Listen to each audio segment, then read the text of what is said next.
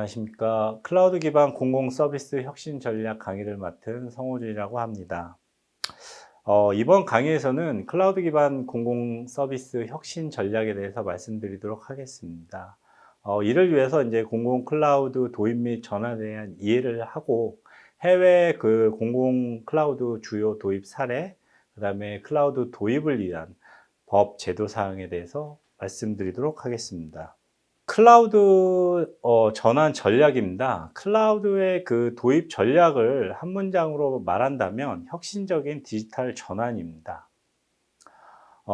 클라우드를 도입을 통해 그 시장 변화에 대한 빠른 대응 및 민첩성을 확보를 하고요. 그 최신 다양한 그 클라우드에서 제공하는 최신 기술을 활용하게 됩니다. 그래서 최신 기술을 활용하고 그 많은 이제 데이터와 그 데이터 분석을 통한 새로운 데이터를 만들어서 비즈니스나 혹은 공공 서비스에 그 서비스를 제공할 수 있는 그런 이제 혁신이 가능할 거라고 보고 있습니다. 그리고 저희가 보면 이제 ROI도 그 어느 정도 이제 향상될 거라고 보고 있습니다. 뭐 제가 예를 한번 들어보겠습니다. 그러니까 여기 제가 말씀드렸던 이제 AI나 ML 등의 이제 그 굉장히 이제 투자가 많이 필요한 부분이 있습니다. 그래서 이 부분을 개발하기 위해서는 많은 인프라와 많은 개발자와 이런 것들이 필요한데 실질적으로 이제 클라우드에서 제공하는 이런 AI, ML 관련된 이제 파스라든가 이제 사스 기능을 활용을 하면 실제로 저희가 개발하지는 않더라도 그런 서비스를 이용함으로써 빠른 혁신을 할 수 있다라고 볼 수 있게 됩니다. 그리고, 뭐, 지금 이제 공공기관 같은 경우는 이제 클라우드 도입할 때 이제 고려사항이 민간 기업보다는 좀 더 많이 있습니다. 그래서 아시겠지만, 이제 뭐, 법적인 요건, 뭐, 개인정보보호법이라든가, 그 다음에 이제 그 공공기관의 이제 뭐, 가이드라인 같은 거를 고려해야 되고요.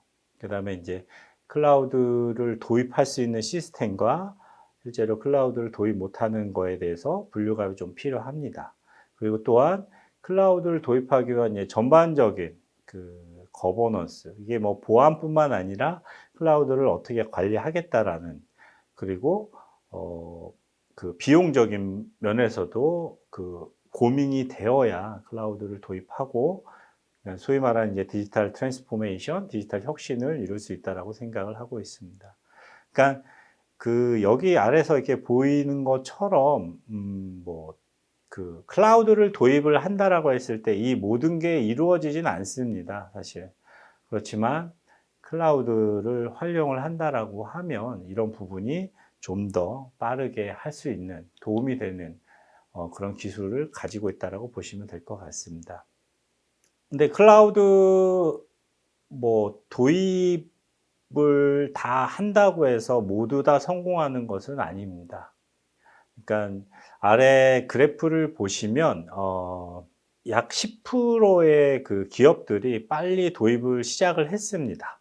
그러나 이 기업들이, 이 기관들이 대부분의 이제 70% 정도가 20% 정도 도입하는 단계에서 정체를 하게 됩니다. 그러니까 클라우드를 도입을 하긴 했으나 대부분의 이제 기업들이나 기관들이 이게 뭐야? 그리고 더 이상 이걸 어떻게 활용해야 될지를 모르게 됩니다. 그러다 보니 실제 대부분이 이제 클라우드를 도입을 하다가 여기서 이제 더 이상 멈추는 거죠. 그러다 보니까 디지털 혁신이라든가 이런 그 클라우드의 도입에 대한 효과를 못 보게 됩니다. 그리고 그 중에서도 또 20% 정도가 이제 클라우드를 난 못 쓰겠다. 이렇게 하는 그 현상들이 발생되었습니다. 뭐 이런 이 결과들이 왜 나왔냐라면 클라우드를 도입하기 위해서는 이제 사전에 준비들이 필요한데 사전 준비 없이 그냥 빠르게 클라우드만 도입하면 디지털 혁신이라는 게 될 것 같았다라는 거죠. 그렇지만 실제로는 그렇지는 않습니다. 뭐 많은 이제 기관들이나 기업들도 그거에 맞는 그 클라우드 도입에 맞는 목표라든가 전략이라든가 거버넌스를 미리 준비해야 합니다. 클라우드 도입을 위한 이제 프로세스입니다. 클라우드 앞서 잠깐 말씀을 드렸는데요. 클라우드 도입만 된다고 해서 뭐 어떤 디지털 혁신이 이루어지지는 않습니다. 클라우드의 도입은 이제 클라우드를 도입하는 그 조직이라든가 조직 문화, 뭐 기술 구조, 그다음에 뭐 IT 거버넌스 등에 대한 모든 이 변화가 좀 필요합니다. 이런 변화를 위해서는 이제 뭐 뒤에서도 말씀을 한번 드리겠는데요. 변화 관리가 굉장히 필요하고요. 어, 뭐 실제로 이런 그 플랜이나 이런 도입을 하기 위해서는 어, 뭐 어떤 외부의 전문가라든가 뭐 어떤 그 정부의 방침이라든가 정부의 정책, 정부의 그 가이드라인 같은 거에 대한 도움이 필요할 수 있습니다. 그래서 이제 도입 프로세스를 제가 말씀을 드리면 이제 클라우드 실제로 도입하기 위한 여기는 준비 단계라고 보시면 될 것 같습니다. 그리고 실제로 이제 도입 이후에 이제 운영이라든가 이제 구축 단계라고 보시면 될 것 같습니다. 그래서 이제 실제로 준비 단계에서는 그 클라우드 MRA라는 표현을 씁니다. 그래서 클라우드 마이그레이션 레디니스 어세스먼트. 그러니까 실제로 클라우드를 도입하기 위해서 준비가 되었는지 평가를 하는 겁니다. 그래서 클라우드를 도입할 수 있다. 그다음에 어떤 시스템을 도입하겠다. 이런 그 사전 평가를 하게 되고요. 그 평가 결과에 따라서 MRP라고 합니다. 그래서 클라우드 마이그레이션 레디니스 플랜이라는 표현을 쓰고요. 그래서 클라우드 실제로 어세스먼트 이후에 클라우드 도입을 위한 실질적인 계획을 세우게 됩니다. 그래서 여기서 이제 실제로 전략이라든가 클라우드 이제 거버넌스 같은 것들을 수립하게 됩니다. 그리고 나서 실질적으로 이제 클라우드를 도입한다라고 보시면 됩니다. 그래서 여기서 이제 표준을 수립하게 됩니다. 그러니까 저희가 그 플랜에서 세워진 클라우드를 어떻게 가겠다. 그거에 대해서 이제 표준을 좀 더 상세화하는 작업들을 하게 됩니다. 여기 보시면 뭐 실제로 이제 아키텍처적인 표준과 그다음에 관리 표준, 보안에 대한 표준, 그다음에 뭐 절차라든가 실제 클라우드 절차라는 거를 표준을 수립하게 되고요. 실제로 이제 클라우드를 이관을 하겠다는 시점에 대하면 실제로 클라우드를 이관을 하게 됩니다. 근데 대부분의 뭐 기관과 기업들이 실질적으로 자체적으로 이관한다기보다는 이제 전문가들의 도움을 얻어서 하게 되고요. 그다음에 이제 자체 인력과 이제 외부 그 전문 인력들을 합쳐서 저희가 이제 클라우드를 도입하게 됩니다. 그다음에 이제 클라우드를 실제 도입하고 이제 실질적으로 이제 운영을 하면서 그 클라우드에 대한 이제 도입 효과라든가 안정화, 그다음에 그 비용이라든가 이런 성능과 같은 이제 최적화 작업을 하게 되고요. 뭐 ROI도 검증을 하게 됩니다. 그래서 실제로 이제 클라우드를 구성하고 그 운영을 하면서 그게 이제 정량적인 이제 뭐 비용이라든가 뭐 성능이라든가 이런 효과를 볼 수도 있고요. 정성적으로는 실제로 비즈니스 민첩성입니다. 이런 비즈니스 민첩성 같은 거를 저희가 일반적으로 ROI에서 이제 평가를 하게 되고요.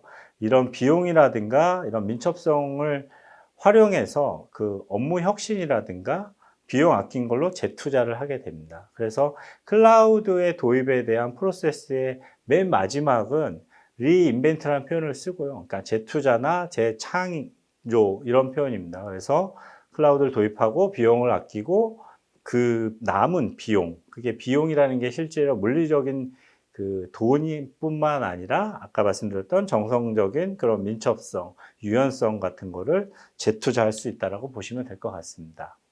앞서 잠깐 말씀을 드렸었는데요. 클라우드 전환할 때 이제 고려 사항입니다.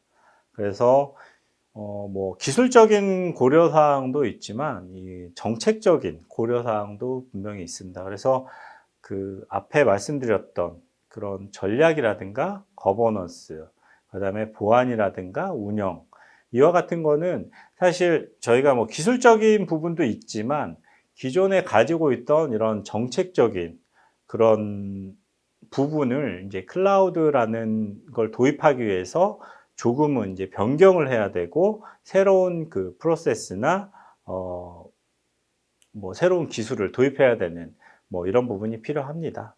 그리고 이제 아래 부분은 클라우드에서 제공하는 이제 그 기술적인 내용에 대해서 검토하고 고려해야 된다는 거죠. 근데 이거는 사실 이제 뭐 모든 기관이나 기업에서 스스로 할 수 있는 게 아니라 뭐 외부 전문가라든가 뭐 지원해주는 이제 컨설팅이라든가 이런 거를 받으시라고 권해드리고 싶습니다. 간단하게 뭐 클라우드 컴퓨팅하고 그 기존의 그 온프레미스 방식의 그 도입 방식을 간단하게 비교를 해 드리도록 하겠습니다. 뭐 아시듯이 이제 클라우드 이전에, 그러니까 기존의 온프라미스에서 어떤 하드웨어, 인프라를 도입할 경우에는 뭐 여러 가지 이제 프로세스가 있습니다. 그래서 결론은 이제 실제로 그 업무에서 필요한 하드웨어나 뭐 시스템에 대해서 설계를 하고 그거에 대해서 이제 뭐 사이징을 하게 됩니다. 그래서 사이징을 하게 되고 그거에 따라서 이제 뭐 발주를 하고 입찰을 하고 그다음에 실제 하드웨어를 뭐 도입을 하게 됩니다. 그러다 보니 실제로 하드웨어 그 인프라를 도입하는 데는 수주에서 수개월이 걸릴 수밖에 없습니다. 그렇기 때문에 요즘같이 이제 그 비즈니스 이제 가시성이 확보되지 않는 그런 이제 불확실한 시대에는 이런 전통적인 방식의 인프라 구성은 사실은 뭐 누구도 장담할 수 없습니다.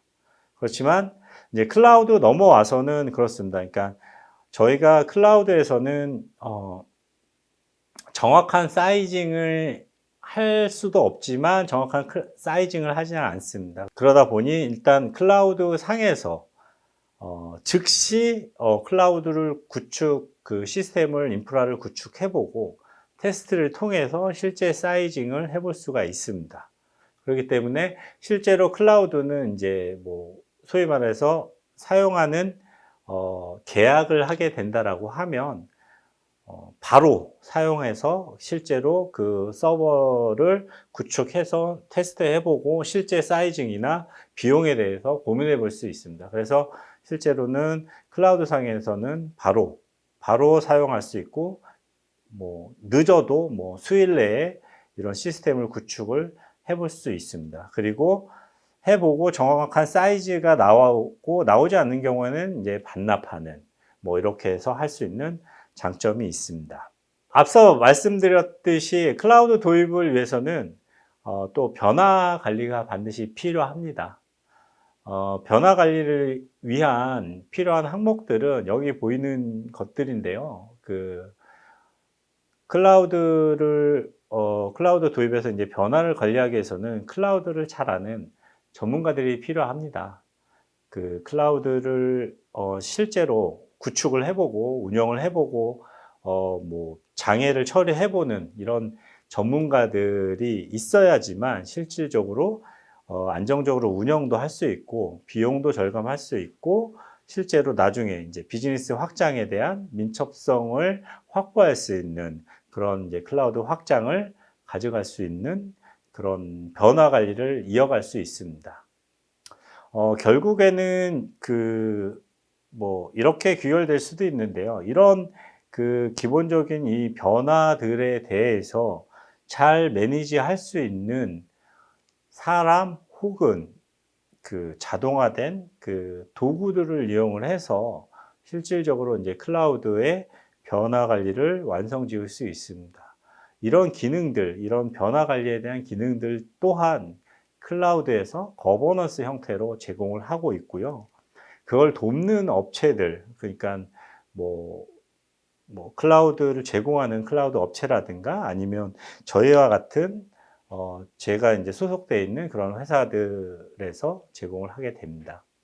왜 클라우드라고 저희가 말씀을 드리냐라고 하면 단순하게 이런 장점 때문에 저희가 클라우드를 사용하셔라라고 저희가 말씀을 드리고 있습니다. 클라우드는 저렴합니다. 물론 클라우드가 무조건 절대적으로 싸다라는 표현을 하지는 않습니다. 다만 클라우드는 최적화를 통해서 기존에 낭비되고 있는 인프라적인 그 비용을 줄일 수 있습니다.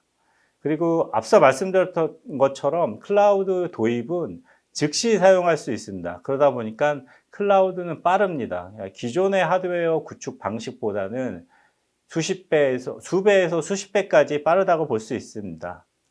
네, 그리고 민첩합니다. 그러니까 기관이나 기업들이 비즈니스 확장이라든가 혹은 사용자가 급격히 늘었다든가 할 때도 하드웨어적으로는 제한이 있을 거지만 클라우드는 쉽게 확장이 가능하다는 게 있습니다. 마찬가지로 확장과 축소가 쉽습니다. 저희가 사용하지 않는 자원에 대해서는 쉽게 반납하고 필요할 때 확장할 수 있습니다. 그래서 클라우드는 언제 어디서나 모든 곳에서 사용할 수 있다고 생각을 하고 있습니다. 다음은 저희가 조사한 글로벌 에너지 기업의 클라우드 도입에 대한 사례입니다. 클라우드 도입을 통해서 효과를 보는 것은 앞서서도 잠깐 언급을 했었는데요. 비즈니스 민첩성이 향상되었습니다. 그래서 이 기업 같은 경우는 비즈니스 어플리케이션 배포 속도가 약 77%가 향상되었다고 합니다. 그리고 운영의 유연성이 올라갔습니다.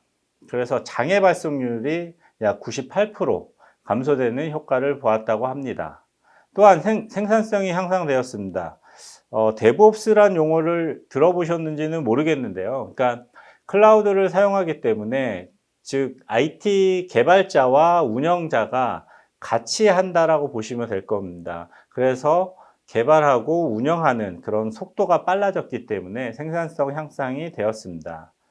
그리고 대표적인 사례로 비용 절감과 TCO의 향상이라고 볼 수 있습니다. TCO, 그러니까 기본적으로 클라우드는 자체 하드웨어를 보유하지 않기 때문에 비용으로 실제로 비용으로 처리가 됩니다. 그래서 저희가 실제로 클라우드 인프라를 가지고 있는 토탈 코스트에서 어느 정도 비용의 절감 효과를 가지고 있습니다. 그리고 비용 절감 부분인데요. 저희가 실제로 클라우드에서는 이제 오픈 소스라든가 기존에 사용했던 그런 고가의 그런 라이센스 제품을 많이 사용하지 않습니다. 그래서 CSP가 제공하고 있는 그런 라이센스가 없는 그런 오픈소스 같은 걸 많이 사용하기 때문에 실제로 여기 사례에서 보듯이 오라클에서 오픈DB로 갔을 때 약 60%의 비용 절감 효과를 볼 수도 있었습니다. 이와 같이 클라우드 도입을 통해서 많은 기업들이 비즈니스 민첩성이라든가 비용 절감의 효과를 보고 있다고 생각하시면 될 것 같습니다. 다음은 이제 해외 공공 클라우드 주요 도입 사례입니다. 클라우드 관련 정책 동향이고요. 여기 보이시는 용어들이 있습니다. 디지털 트윈이라든가 통신, 자율주행, 사물 인터넷, 양자 컴퓨팅. 이런 기술이 수많은 데이터와 최신 기술을 활용하는 그런 요즘 중요한 트렌드 기술입니다. 이런 기술들이 어떻게 발전되고 어떻게 요즘 실제로 구현되느냐는 실제로 클라우드라는 기술이 있기 때문입니다. 단일 기업이나 단일 기관들이 이런 모든 기술을 연구하기 위해서는 너무 많은 자원이 필요합니다. 그렇지만 클라우드를 사용한다라고 하면 필요한 만큼만 쓰고 필요한 기능만 사용할 수 있기 때문에 비용을 획기적으로 낮출 수 있습니다. 그리고 기존의 클라우드에서 제공하는 파스라든가 사스 기능을 제공하기 때문에 그 기능을 활용한다면 모든 기능을 기업들이나 기관들이 자체 개발할 필요가 없는 거죠. 그러다 보니까 전반적으로 이런 많은 기술들을 개발하는데 비용이 많이 줄어든다라고 보시면 될 것 같습니다. 그 오른쪽 표에 보시면 그 각 국가별 IT 비용하고 클라우드 사용에 대한 비용에 대한 비율이 나왔는데요. 각국 보시면 실제로 IT 비용이 이 정도 나온다라고 하면 그 비중에서 차지하는 클라우드 비용은 약 2배 정도 차이 난다고 보시면 될 것 같습니다. 그만큼 각 국가들도 클라우드에 대해서 적극적으로 사용을 하고 있다고 보시면 될 것 같습니다. 주요 그 국가들의 클라우드 관련 정책입니다. 저희가 조사한 모든 국가들이 클라우드 우선 정책을 시행하고 있고요. 대부분의 국가들이 민간 클라우드를 사용하는데도 큰 걸림돌이 없는 상황입니다. 심지어 이게 주요 보안이라든가 비밀, 뭐 국방 같은 부분도 민간 클라우드를 통째로 임대하여 사용하기도 합니다. 그리고 이렇게 사용할 수 있는 거는 미국의 페드램프라는 표현을 쓰는데요. 그 연방에서 인증해주는 그런 클라우드에 대한 인증을, 보안 인증 같은 걸 주는 것입니다. 그래서 이 각 인증을 받은 클라우드 사업자는 공공기관이라든가 말씀드렸던 이제 보안이라든가 국방에도 클라우드를 사용하는 데는 전혀 문제가 없다라고 각 국에서는 그렇게 클라우드 도입을 힘을 쓰고 있습니다. 근데 이제 다만 EU나 영국, 그런 일부 중국 같은 곳에서는 이제 글로벌 CSP보다는 각 국의 그 자체 클라우드를 개발하거나 자체 클라우드의 그 생태계를 넓히고자 하는 그런 그 노력들을 하고 있습니다. 뒷장에서 제가 다시 좀 더 설명을 드리도록 하겠습니다. 먼저 각국의 그 클라우드 도입 사례고요. 이거는 이제 미국 사례입니다. 미국은 보통 이제 저희가 AWS나 애저를 통째로 임대해서 그 민간 클라우드 전용 국가 기관의 전용 IDC 센터를 만들고 있습니다. 다만 그 사용하는 기술은 AWS이거나 애저인 거라고 보시면 될 것 같습니다. 물론 그 클라우드 일부 기관에서는 자체 클라우드를 개발을 하고 그 클라우드를 제공하기도 합니다. 그래서 미국은 기본적으로는 그 민간 클라우드를 사용해서 클라우드 그 공공기관의 클라우드를 확산시키는 데 주력을 하고 있습니다. 다음은 영국 사례입니다. 영국은 그 자체 그 G클라우드를 만들었습니다. 자체 G클라우드를 만들어 놓고 여기 보시는 것처럼 디지털 마켓플레이스라는 서비스를 통해서 클라우드를 사거나 클라우드 소프트웨어를 사거나 그다음에 클라우드 지원을 받는 이런 그 자체적인 클라우드를 구축했다고 보시면 될 것 같습니다. 물론 영국에서도 그 민간 클라우드를 사용해서 공공기관이라든가 자체 그 기업들이 사용하는 데는 제약은 없습니다.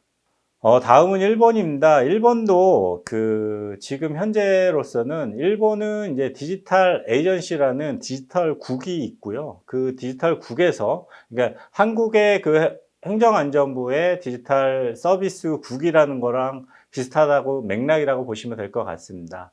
그래서 일본 같은 경우는 그 AWS와 애저를 공공 클라우드의 표준 사업자로 선정하고 그 보안 및 디지털 이제 거버넌스 표준 클라우드 서비스에 대한 그 기본 방침을 각 기관들과 공공기관에 전파하여 퍼블릭 클라우드 사용을 독려하고 있는 상황입니다. 다음은 이제 주요 그 국들의 이제 퍼블릭 클라우드 그 도입 사례인데요. 이 부분은 제가 뒷장에서 다시 한번 말씀드리도록 하겠습니다. 그러니까 미국을 필두로 해서 많은 그 클라우드 이관 사례는 굉장히 많이 있습니다. 그래서 뒤에서 각계 사례별로 다시 한번 설명을 드리도록 하겠습니다.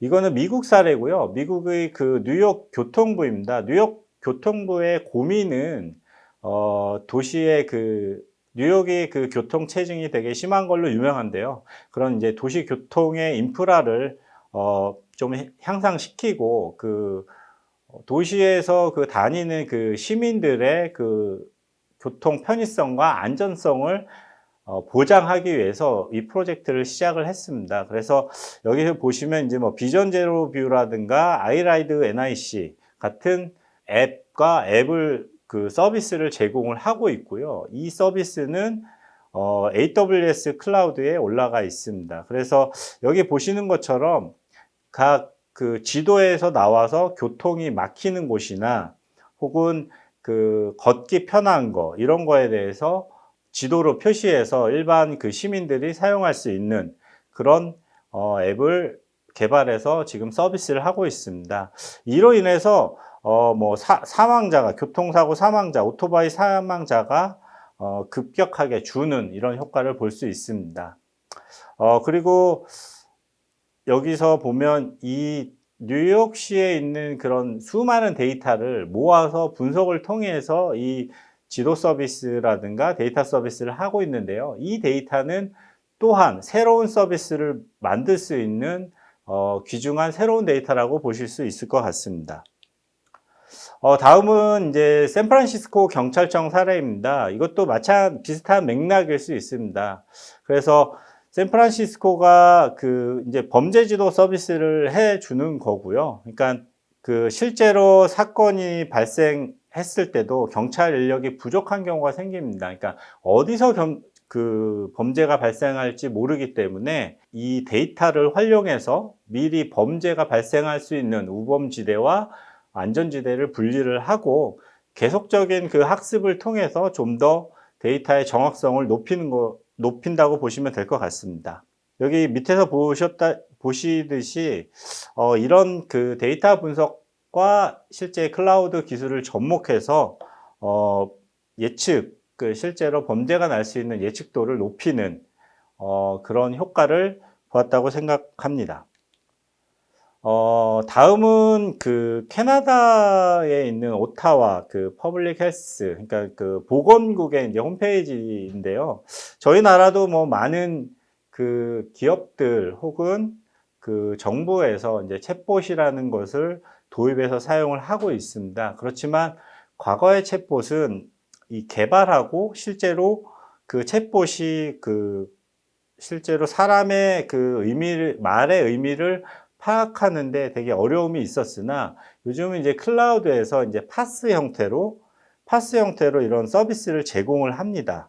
그러다 보니까 실제로 사람의 말을 그 알아듣는 자연어 처리라고 하는데요. NLP라는 표현을 쓰는데요. 그러니까 자연어 처리에서 획기적으로 정확도가 높아졌습니다. 그러다 보니 기존의 챗봇을 사용하는 것보다는 뭐 기간적으로도 단축을 할 수 있고요. 클라우드에 있는 수많은 AI, MR 기능을 써서 사람들의 말의 문맥을 더 빨리 이해하고 좀 더 정확한 답을 해줄 수 있는 그런 기능을 그 캐나다 오타와 그 보건국에서는 홈페이지에 제공함으로써 코비드에 대한 이런 질문이라든가 건강적인 그런 상담을 실제로 비대면으로 챗봇만으로도 많이 그 시민들에게 제공함으로써 굉장한 호응을 얻었습니다. 저희가 이제 그 해외 공공 클라우드 이제 주요 도입 사례에서의 시사점은 보통 이렇습니다. 그래서 대부분의 국가들이 클라우드 퍼스트 정책을 하고 있습니다. 그래서 관련 법이라든가 뭐 기술이라든가 그걸 장려하는 정책을 세우고 있고요. 그리고 이제 파스라든가 사스 같은 그런 클라우드에서 제공하는 기능들에 대해서 사용을 굉장히 권장을 하고 있습니다. 그리고 이제 공공 분야 쪽인데요. 공공 분야는 말씀하신 대로 이제 민간 분야에서 클라우드 도입을 이렇게 기업들이 꺼리는 부분을 공공기관에서 좀 더 선도적으로 사용을 함으로써 민간 그 클라우드 기업들의 경쟁력도 확보시켜 줄 수 있고, 그리고 그 민간에서 사용하기 힘든 뭐 그런 클라우드 도입에 대한 그런 보증이라든가 그런 정책적인 지원을 해줄 수 있는 그런 시사점을 가지고 있습니다. 클라우드 뭐 잘 아시겠지만 나라 같은 경우는 이번에 백신이라든가 그 온라인 클래스라든가 이런 부분은 이제 코비드 19 때문에 그 여러 가지로 이제 문제점들이 있었던 거를 클라우드를 도입해서 활용했던 그런 어 경우가 있었습니다. 그래서 이런 걸 전부 확인을 했을 때 저희가 이제 클라우드를 왜 써야 되고 클라우드를 어떻게 써야 되는지에 대해서 한번 신중하게 좀 더 고민해 봐야 되지 않을까 싶습니다. 다음의 시사점은 국내 공공기관의 대응을 위한 제언입니다. AWS라는 그 글로벌 CSP가 한 해에 투자하는 금액이 약 1조 원이 넘는다고 합니다.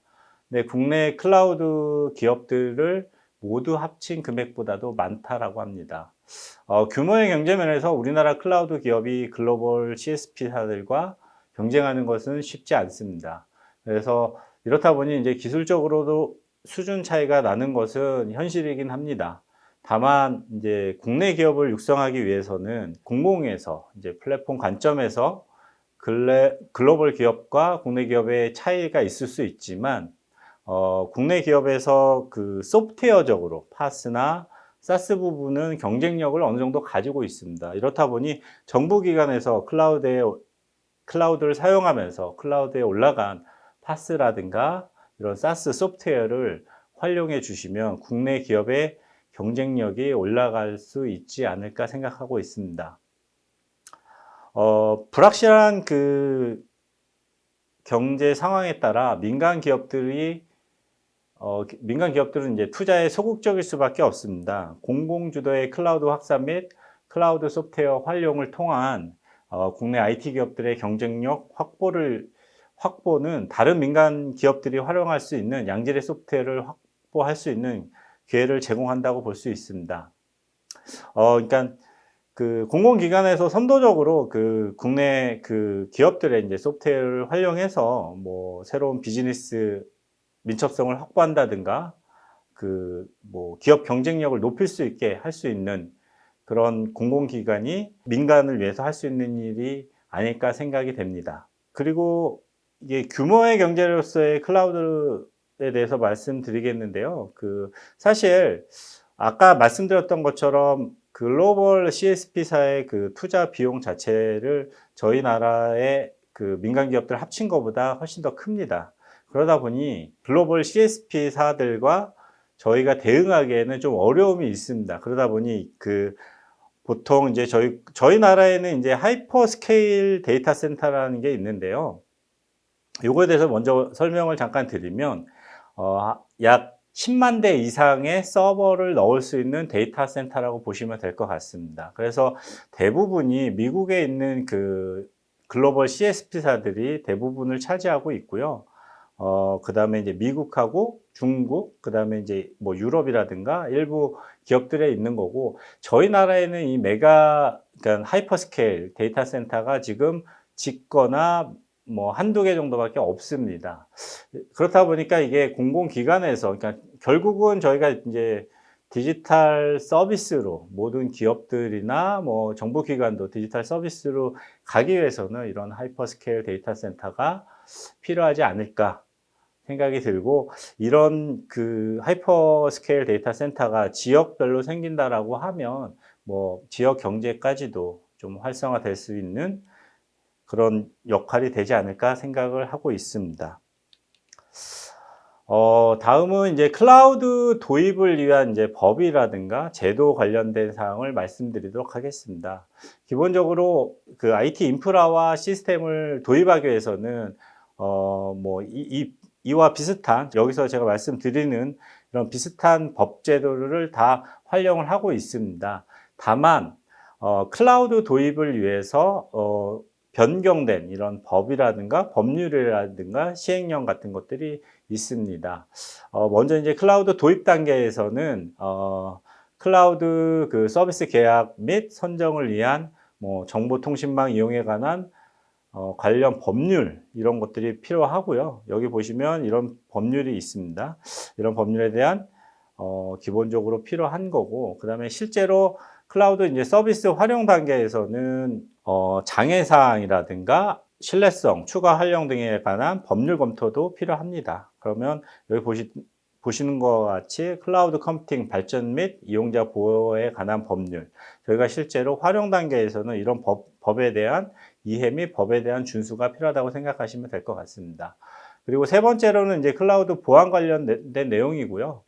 저희가 뒷장에서 다시 한번 설명을 드리겠지만, 개인정보나 그다음에 개인정보 보호 관리 체계를 받은 이 ISMS 같은 인증 같은 그런 보안적인 요소들에 대한 검토가 필요합니다. 네, 클라우드 도입 및 운영 시 이제 관련된 이제 지침 및 가이드라인은 이렇습니다. 이제 여기 말씀드렸던 것처럼 이제 국가정보원, 공공행정기관, 행안부, 그다음에 이제 과기정통부 각 기관별 클라우드 도입 및 운영을 위한 가이드라인이 존재합니다. 그래서 국가정보원에서 하는 거는 이런 세 가지 지침 및 가이드라인을 제공하고 있습니다. 말씀드렸던 것처럼 크게는 국가정보원과 행정안전부에서 제공하는 클라우드 가이드라인을 준수해야 하고요. 과기정통부 혹은 이제 키사에서 제공하는 클라우드 보안 관련된 그런 법률 및 가이드라인을 따져서 클라우드 도입을 해야 된다고 생각하시면 될 것 같습니다. 클라우드 이제 도입 가이드라인에 대해서 간단하게만 먼저 설명을 드리겠습니다. 그래서 이제 가이드라인은 이제 행정부에서 제공하는 가이드라인이 있고요. 국가정보원에서 제공하는 가이드라인이 있습니다. 민간 클라우드를 사용하기 위해서, 즉 퍼블릭 클라우드를 사용하기 위해서는 이 두 기관에서 제공하는 가이드라인을 따라야 되고요. 민간 클라우드 이용 시 여기 이렇게 기준이 있습니다. 그래서 중앙부처나 지자체, 공공기관에서 내부 업무 시스템 및 이런 거는 민간 클라우드를 사용할 수 있다. 그다음에 중요 업무에 대해서 민간 클라우드를 사용할 수 없다. 이런 기본적인 가이드라인이 있습니다. 그래서 이 가이드라인을 확인을 하고 실제로 업무에 따라서 민간 클라우드를 가든가 안 가든가 하는 거에 대해서 결정을 내려야 됩니다. 다음은 이제 클라우드 저희가 도입을 위한 인증입니다. 그래서 저희가 이제 그러니까 공공기관이 클라우드를 사용함에 따라서 어떤 민간 클라우드를 사용할 수 있는지에 대해서 인증을 해주는 거고요. 저희 CSAP라고 합니다. 그래서 이 CSAP 인증을 받는다라고 하면 기본적인 이제 보안이라든가 그런 내용들에 대해서 평가 인증기관에서 인증을 했다라고 보시면 될 것 같고요. 지금까지 클라우드 CSP 인증을 받은 기업들은 이렇게 9개의 기관이라고 보시면 될 것 같습니다. 다음은 행정공공기관의 이제 클라우드 도입 초기 최우선적으로 검토돼야 하는 거는 이렇게 세 가지입니다. 그래서 첫째는 이제 공공기관과 민간 클라우드 이용 가이드라인에서 제시되어 있는 정보 자원의 이제 등급을 평가해야 되는 거고요. 그 다음에 이 등급에 따라서 실제로 민간 클라우드를 이용할 수 있는지 먼저 확인을 해야 됩니다. 그리고 두 번째는 아까 말씀드렸던 CSAP 인증을 받았는지에 대한 검토가 필요할 거고요. 세 번째는 정보 보안 제품들, 클라우드에서 쓰는 각종 보안 제품들이 시스 인증이라든가 이에 준하는 인증을 받은 제품들을 사용하는지에 대해서 먼저 확인을 해야 됩니다.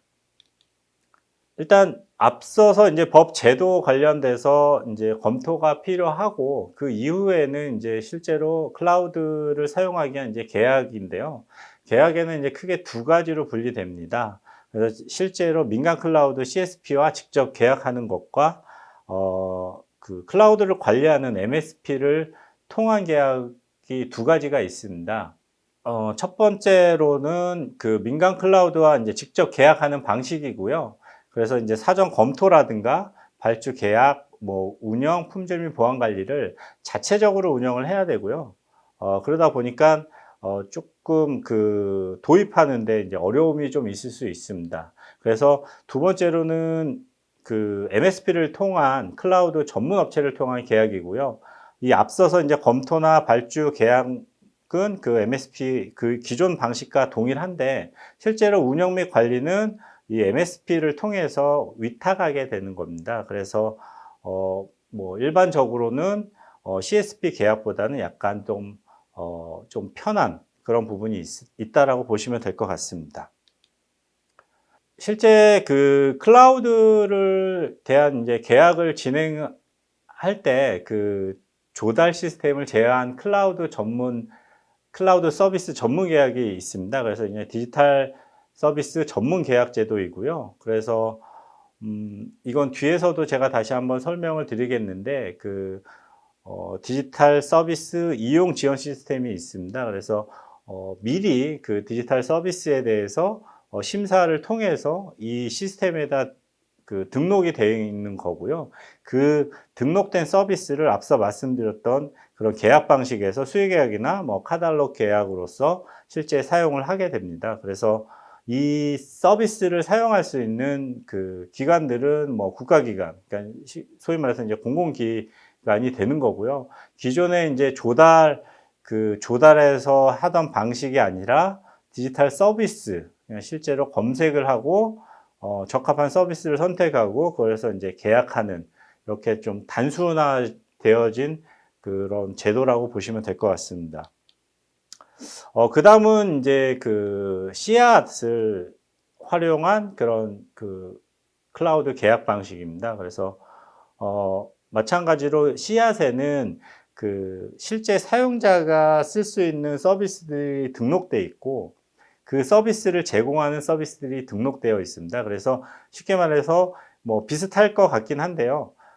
클라우드를 사용하는 이용기관들은 뭐 이 씨앗에 회원 가입을 하고 그 맞는 서비스를 검색하고 견적 내고 그 다음에 선정하고 계약하고 실제로 이용하면 됩니다. 그래서 생각보다는 이제 클라우드를 쓰는 그런 이제 계약 방식이 좀 더 편리하게 바뀌었다라고 생각하시면 될 것 같습니다. 이 부분은 그 디지털 서비스 전문 계약 제도인데요. 요거에 대해서 간단히 먼저 설명을 드리면, 실제로 이 디지털 서비스를 세 가지로 분류하고 있습니다. 그래서 클라우드 컴퓨팅 서비스, 클라우드 지원 서비스, 그 다음에 융합 서비스입니다. 그래서 클라우드 컴퓨팅 서비스는 말 그대로 이제 클라우드 사용하는 거고요. 클라우드 지원 서비스는 이제 클라우드를 뭐 관리나 혹은 컨설팅 같은 운영 이와 같은 서비스를 지원받는 겁니다. 융합 서비스는 뭐 클라우드 플러스 다른 소프트웨어를 결합해서 사용하는 그런 서비스라고 보시면 될 것 같습니다. 일단 그 디지털 서비스 전문 계약 제도는 그 디지털 서비스를 먼저 심사를 하게 되고요. 그 심사위원회는 국가가 정한 그 심사위원들의 하고 뒤에 보시면 이렇게 그 서비스에 대한 이제 평가 항목이 있습니다. 그래서 이 평가 항목을 통해서 실제 디지털 서비스를 제공할 수 있는 그 서비스를 등록을 하게 되고요. 그 계약 방식은 이제 아까 말씀드렸던 이제 수의 계약과 뭐 카탈로그 계약을 하게 됩니다. 뭐 그 실제로 그 디지털 그 서비스 이용 시스템을 보면 그 계약 방식이나 그거에 대한 가이드가 자세히 나와 있습니다. 네, 아까 말씀드렸던 이 digitalmarket.kr이라는 사이트를 들어가시면 디지털 서비스 전문 계약 제도에 대한 내용이 들어가 있습니다. 이거는 한번 살펴보시면 좋을 것 같습니다. 네, 뭐 효과입니다. 뭐 아시겠지만 앞서 말씀드린 것처럼 그 실제 계약까지 뭐 2달 이상 걸리는 거를 쉽게 보시면 1, 2주로 단축할 수 있는 이런 계약 제도와 클라우드 도입을 위한 전문 그 계약 제도를 활용하시는 게 실제 공공기관에서 클라우드를 도입하는데 빠른 도입을 할 수 있는 방법일 수 있습니다.